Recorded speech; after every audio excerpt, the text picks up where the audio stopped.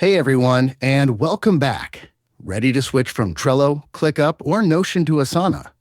In this video, I'll show you the free way to move your projects without starting from scratch. First, the good news. Asana has a free built-in importer. Go to your Asana dashboard and find the plus button to create a new project. Instead of starting blank, look for the import option.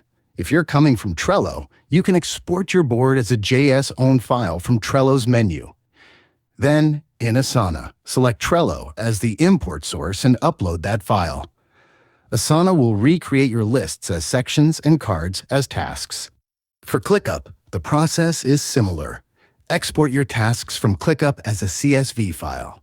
In Asana's importer, choose Spreadsheet and map your columns to Asana's fields like task name, assignee, and due date.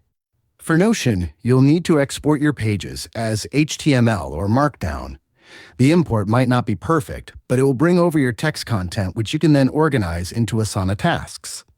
Remember, the free plan has a 15-member limit, so make sure your team fits.